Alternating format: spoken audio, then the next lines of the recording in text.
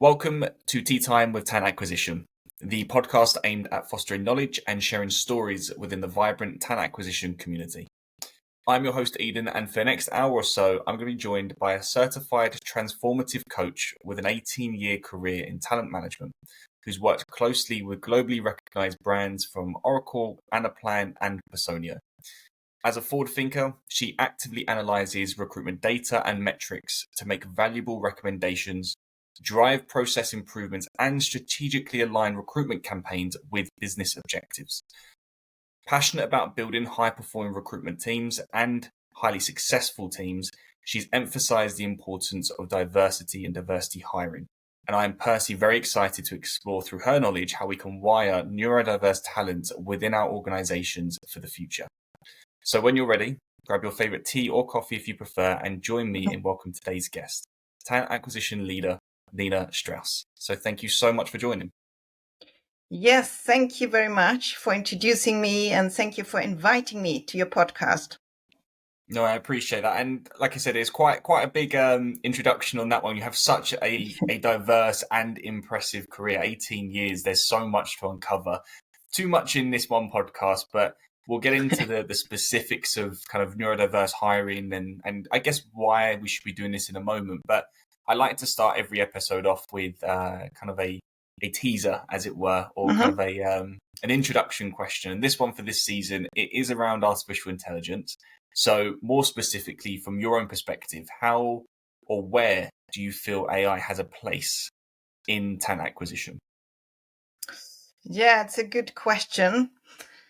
I would say for me, right, there's a lot of fear out there, and there people write about that talent acquisition will be replaced, right, or the classic recruiter will be replaced by AI. Myself, I don't believe that, because for me, right, to attract talent, it's a sales process, right? And so as a passionate sales recruiter, I can say sales will never be replaced by AI, right? Because people buy from people. It's the same for talent acquisition. What I believe where AI can be very handy is to make, right, the TA practice more efficient. I would say in particular when it comes to industries where you have high volume recruitment and you get a high volume of application, as for example in retail sometimes, right, for certain roles. And then, for example, AI can be very handy to basically review CVs, right? So the recruiter basically has more time on their hands and basically select candidates for first screening call. And yes, I could go on, right? But well, I was going to say, I agree 100%. I mean, I think I'm starting to see organizations use AI as a way to free up more time, which gives them more time to focus with the right candidates who are better qualified. You can nurture them better. You can go through better candidate experiences. And it's kind of just freeing up kind of time to do our job better. So we're not in that administrative process. We are in that people process. And I love the fact you use it as sales, by the way. I always find a lot of talent acquisition, and I'm one, fall into the category of it is a sales job. And then there's a large portion of people who think, no, it's not. But I love the fact that you did use that phrase, because like I said, it resonates more with how I see our jobs. So obviously the topic of today, completely different to AI. I mean, it might transpire somewhat into it. I don't know. Let's see how the conversation unfolds. But it's around wiring neurodiverse talent into an organization. So I have a few kind of questions, because as we was kind of going through the prep for this, there was a few terms that you'd used that I hadn't heard of or thought of. So I just want to kind of set the scene. So I titled this "Wire Neurodiverse Talent into an Organization." So when you say that, because that was your phrase, what does wire into a business actually mean for those who've never heard of it before? Yes. So what I mean by that is that really that organizations make sure that they are inclusive when it comes to neurodiverse talent. And that starts basically with, of course, attracting neurodiverse talent and the interview process. To once they are onboarded, that they really that they feel supported and that they can basically bring in their strengths, right? And flourish, because at the moment, as this is a topic that is just starting to come up at organizations, a lot of neurodiverse people are hiding their condition. And that can be very stressful and can put a lot of stress on them, because I was talking about masking, right? They're hiding their condition and are forcing them to react in a way as, right, the mainstream is basically, right? Or they adapt to the norm of thinking. And therefore, often they can't be really at their best. And then, of course, there's a problem with retention, because those people might leave. But also, as I was saying, they can't really flourish. They can't be always at their best. And so organizations are really losing out on that, right? On those strengths they are having, but they can't really bring into, right, their daily work. So when we actually discuss neurodiverse talent, because you're right, it's been, I think I mentioned it, 3 years or so it's really been popular. I'd say like really the last 18 months, I'm seeing a lot more organizations take an active view. Prior to that, diversity, it started like with, let's be honest, it was, I do a lot of tech, so it just, how do we get more women in tech? And that was like the big diversity drive. And then it was ethnicities and backgrounds and things like that. And now obviously it's neurodiverse. I think obviously all categories are important, but when we talk about neurodiverse talents, who are we actually referring to, or kind of how can you categorize, I guess, neurodiverse talent versus somebody who's not, if that's even the right phrase? Yes. So what is really neurodiversity, right? So that is really referring to different ways of how the brain is working, right? In other words, different ways of receiving and also, receiving and processing information, right? People are getting from the environment. And so in neurodiversity, it's basically a way of processing that is different to the norm, right? To how the average is processing information.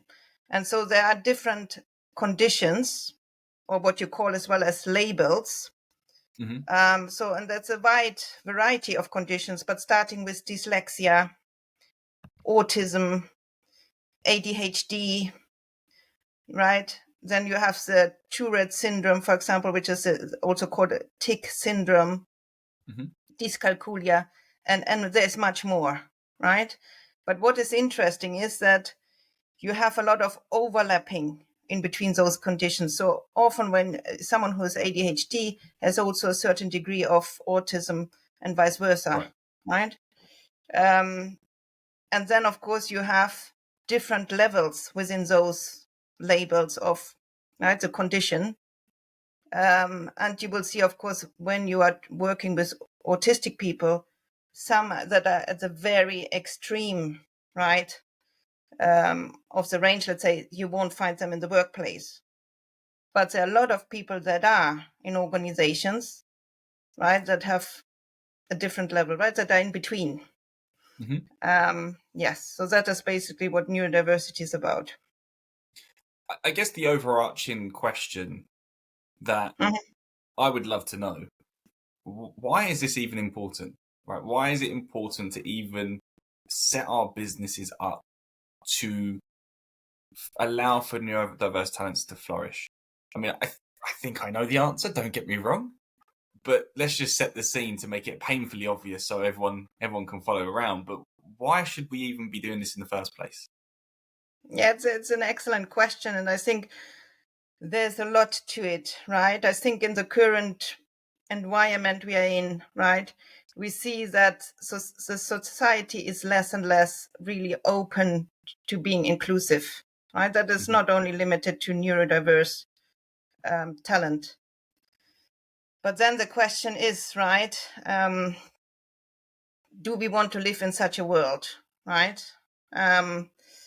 And I think that, I mean, when it comes, so why actually organizations were working on that topic, I think diversity, is that, of course, when you have diverse talent, it usually helps to see things from different angles and really changing things and really bring the organization forward, right? As you're saying, different ways of thinking, right, can change the world, right? And so that is exactly why it is important also to bring neurodiverse talent into organization, making sure they flourish.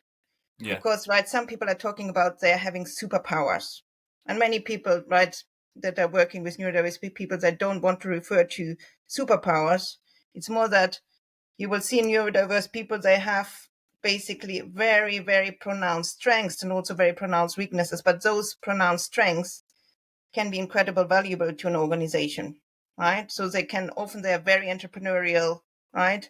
And it varies on the condition as well, but very entrepreneurial, creative, loyal, caring, right? And you see, for example, a lot of famous entrepreneurs we know, they are neurodiverse, starting with Richard Branson, for example, right? Yes. He's quite outspoken as well about it, which is good, and it kind of drives that into making it more acceptable, and it should be acceptable. Why do you think it's taken as long for organizations to recognize neurodiversity as a topic to focus on? And I guess, again, coming from the aspect of I've seen over the last 11, 12 years or so of doing recruitment, where people didn't care about diversity, and then it was, as I said, went through stages of different almost subgroups. And I don't want this to come across as the wrong way, but I feel like I have to say it. But is this the quote unquote the flavor of diversity for now, and then we're going to move on to something else, and so on and so forth? Because I feel like neurodiverse talent has always been there, but it's taken so long for them to be recognized. Like, I don't understand why.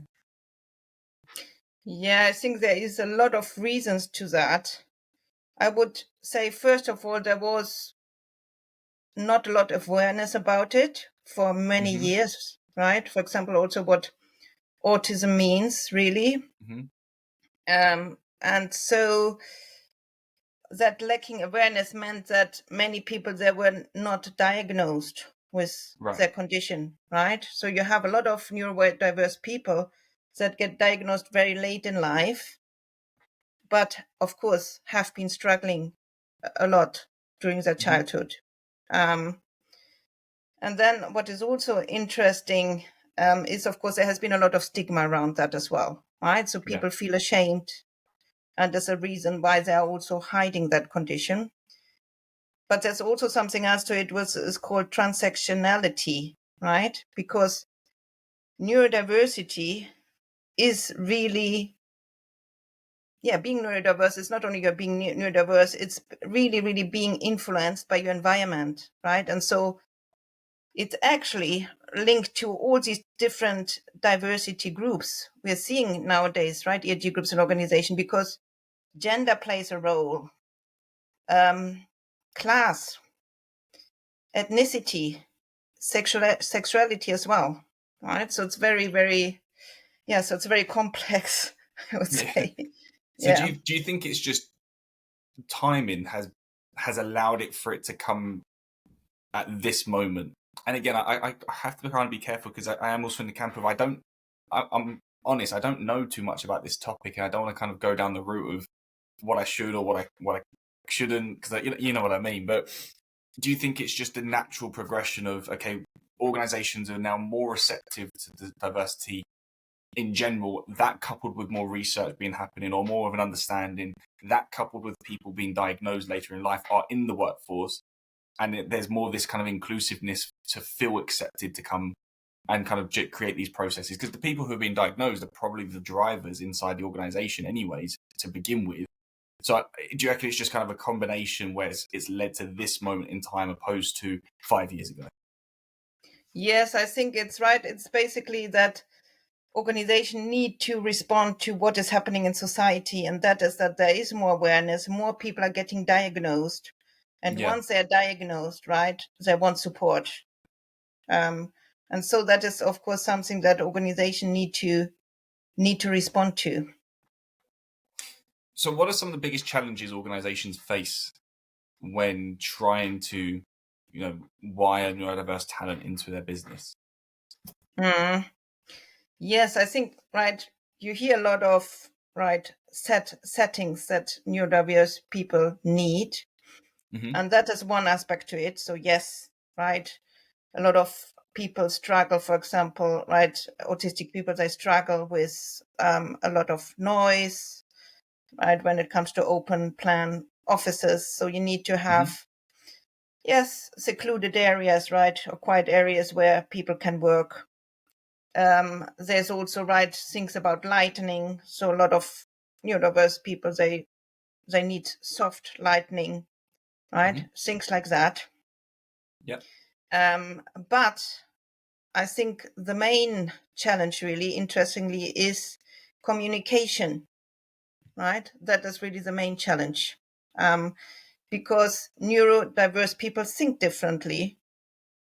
And therefore, if there is no awareness from leaders, they won't understand, right, how neurodiverse people react, right? So, for example, one example that was actually raised by yes, a very a leader of a neurodiverse consultancy, right, that is helping basically organizations to deal with it. She was saying, for example, there was one autistic person, and autistic people, for example, they think literally. So the manager was saying, I want you to play the game. And this person didn't understand what playing the game means for this person, right? And so she came in as a coach, right? And it was very, very fast. She could, of course, right? Shed light on that misunderstanding. So it's what I would say communication is key. And so there is basically, of course, leaders need to be trained, right? There needs to be training around neurodiversity, but I would also say there need to be support groups for neurodiverse talent. So starting with, right, employee resource groups, but also people that can mentor and coach, right, and step in when there are those misunderstandings. Do you think it's just the leadership that needs kind of training, though? Because as you say, although, let's say you're leading me and how you communicate to me, yes, it's important, but the peers on a day-to-day basis also communicating to me, and exactly. So it kind of has to be spread across everywhere from that point. Yes, I think it's not only leaders. You're right. There needs to be awareness training, right, for the entire workforce. And I think, people basically being made aware that it is, right, in order to be inclusive, it's just important to ask, right, what do you need from me to be your best, right? That's a very simple question to ask, right? But so taking it out of kind of the organization in general and looking into a recruitment strategy and a recruitment process, because there's very few companies, actually, I'm just thinking, I think maybe two off the top of my head, who actively adjust their process to support neurodiverse candidates. One is an organization in the UK called So Energy, and the other one, it is an airline, but I cannot remember now. Actually, saying that, Delivery Hero in Berlin also, I don't know if this is their intention, but they do, they have their kind of like blog system, but they have all of their hiring process, like upfront, the questions you're getting asked, that sort of stuff, which, I don't know if their intention was neurodiverse support, but that dramatically helps somebody kind of on that side. But I'm kind of coming off, I'm kind of giving you some answers there. So outside of those, what adjustments, I guess, can an organization make? So say I'm an individual contributor in the talent team. Yes. Or I'm a leader in the talent team. I kind of want to start making these improvements for us. I want to get our business a little bit more neurodiverse. Give me kind of, I guess, the quote unquote blueprint to make that happen. Yes, I think, right, as you were saying, there is really, at the moment, organizations are not really having a recruitment process, right, that is inclusive. And you see now some organizations, right, when you fill in the application form, they ask you if you need a setup, right, a special setup. However, I would say that is not really helping if it is limited only to that question, and people won't basically open up, right? Mm-hmm. So what I think, there's two things to it. So first of all, I think to attract neurodiverse people, it must be visible that the organization is embracing, right, neurodiversity. So, right, advocating their EAG group for neurodiversity, initiatives they're doing and trainings, right? That Mm-hmm. must be very visible. But also, I would say, as part of the recruitment process, right, it should also be visible what support, right, can be given to neurodiverse people, right? And that is, for example, I would say, would be also important, right, that they feel that if needed, they can have a mentor or a coach that is supporting them through the process, because there's multiple setups Mm-hmm. or right adjustments they might need. So as you were mentioning, some might want to have the interview questions up front, or need help with preparing for some interview questions. There's a lot of people that already start with the application form, right? So they will need to help with that application form. Or as well, organizations could think of, right, let's forget about forms, just go for easy apply. But that will be again a discussion, because there needs to be certain right information in the ITS system and so on. But yeah, I'm sure there can be a way around that. Also, right, some neurodiverse talent, they might want to see pictures, right? So that is where you have shown pictures of how the organization is structured. And there's so much more to it, right? If there's any presentations they need to attend to, right? That can already be, they need maybe black on white, right? It's very difficult for many, right, to concentrate on. So if it's a light purple background, light green, right, that already helps. So there's so many things to it, but just making them understand there is a coach that understands, right, what neurodiversity is, that has been working with neurodiverse people, and they can help you through the process, right, and get you the adjustments you need. So that would be, I would say, a first step forward. What happens if there's no coach internally, though? Yeah, it's a good question. I think it also depends on, right, how much organizations want to invest, right, into diversity at the moment. Of course, it's a difficult economic climate we are in, and I think so there are, right, you hear a lot of discussions, priorities dropping down the list. So it's not something organizations are keen on spending money on at the moment. But for example, of course, you don't necessarily need an external coach. There's excellent, right, neurodiversity consultancies that can help, right? And you could engage as well, but of course it will cost money.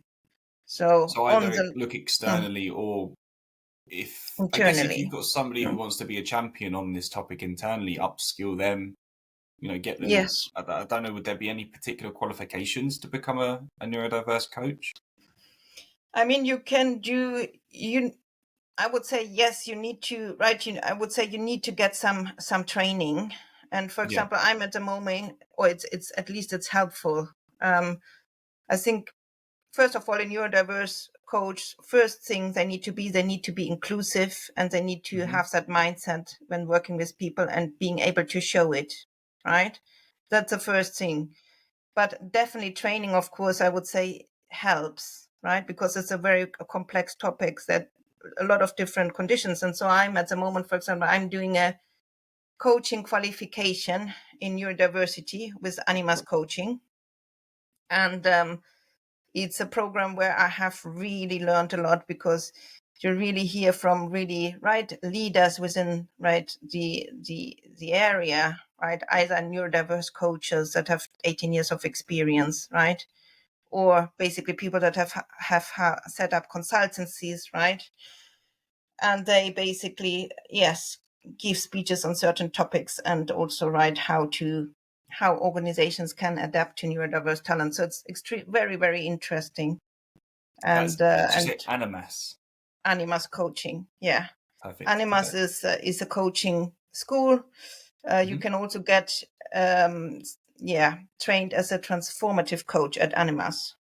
So I got trained there as well as a transformative. I was going to say, is that That's where you got trained there as well. Nice. Yeah. So obviously there's a lot to kind of go through when designing any type of recruitment process, but design it with neurodiverse talents in mind.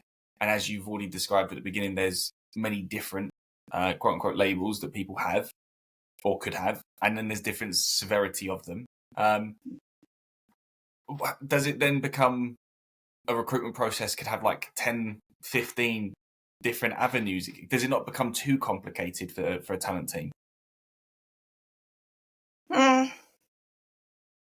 I wouldn't say so, right?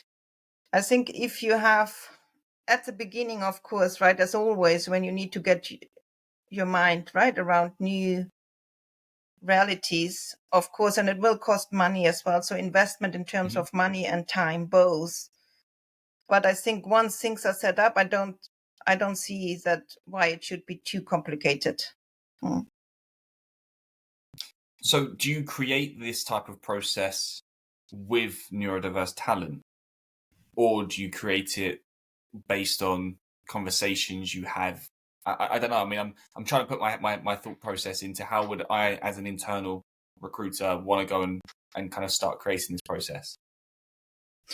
Yes, I think it needs to be, it often starts in organizations with one person, right, that is passionate about the topic. The champion. And a champion, yes.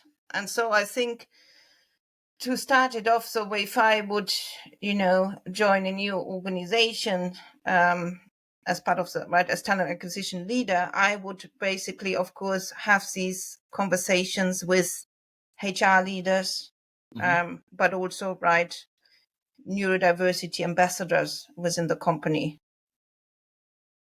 And again, same question, I guess, comes back to what happens if we don't have these inside our business. We're going to go and look externally for consultancies, to coaches. So that's when we're obviously investing and trying to bring that knowledge in-house.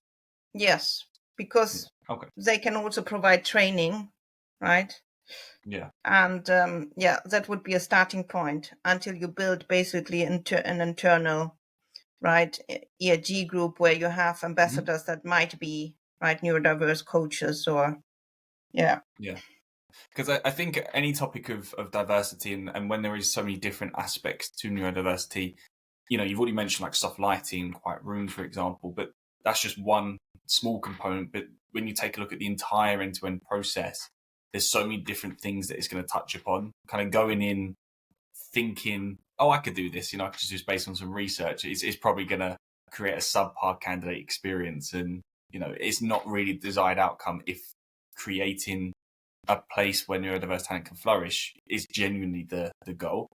But the recruitment process is only one part, right? So the next part is let's get them actually onboarded and, let's go through the onboarding and let's get them into an environment where they can thrive. So what types of ongoing support or resources do you think are essential to offer to neurodiverse employees? Yes, I would say definitely, that they have a mentor. And also, that there is basically that they can get access to a coach. And that is the same for their leadership, that are leading those people. Because, as I said, there is a lot of misunderstandings that can come up, even if there is already certain awareness.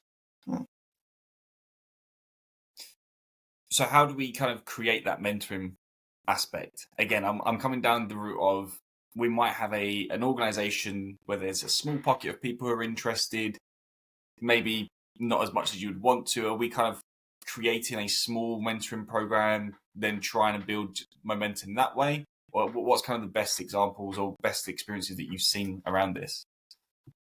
Yes, I would say, let's first of all, get some champions, I'm sure if, there is basically the organization is showing the interest, to create, for example, an ERG group and and they're showing their commitment, there will be people that will show up and show interest and some of them or many of them might be neurodiverse themselves, So there will be that interest.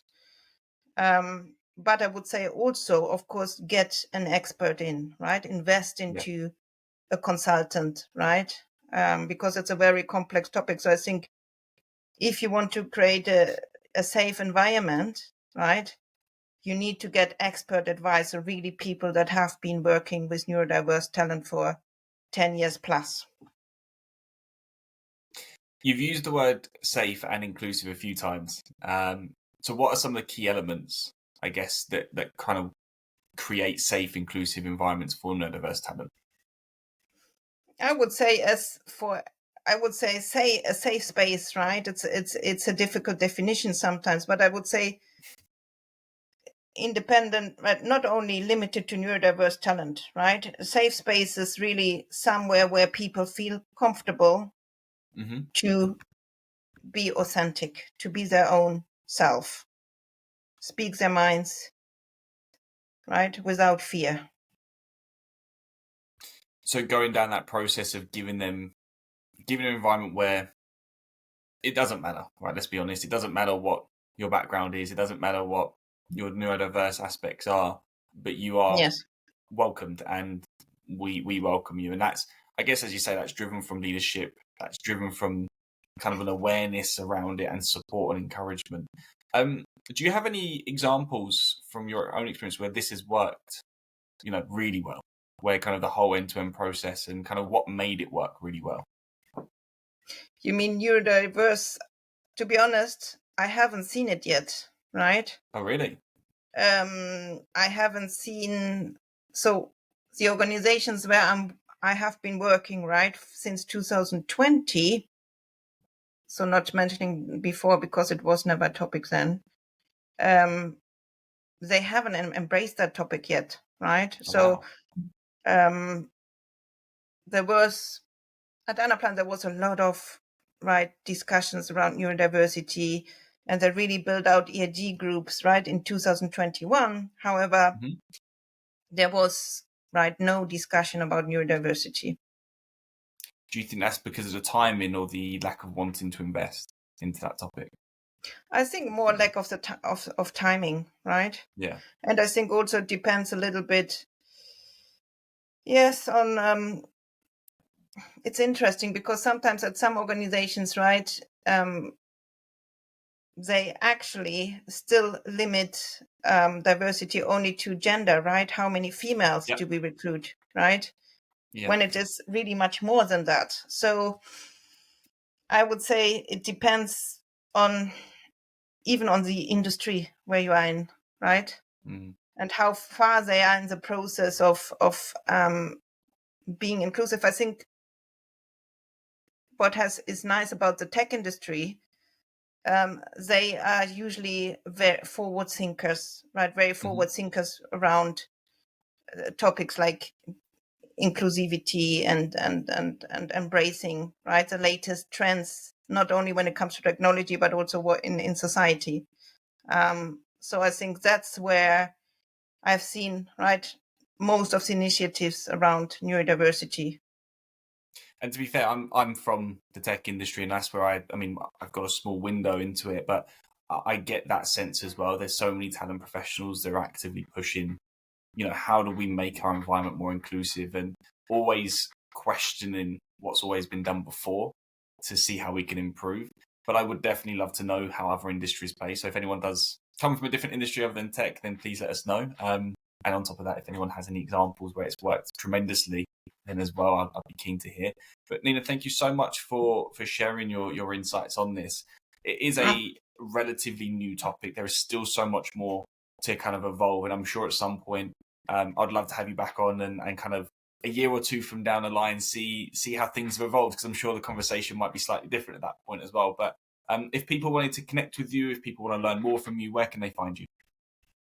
Yes, so I would say best way to find on LinkedIn, right? Just connect with me on LinkedIn. On LinkedIn, you will also see, there's a link to my webpage and blog. So you can connect through my webpage as well. Perfect. And I'll put both your LinkedIn and your webpage into the footnotes onto this. So if somebody's on their phone or listening to us on YouTube, whatever, they can easily click, send that connection, and take it from there. But thank you so much for being a brilliant guest and for sharing your knowledge with me as well. But until next time, I appreciate it. Yes, thanks to you. It was a great conversation, and I'm optimistic, right? In 2 years' time, that it will be a different conversation.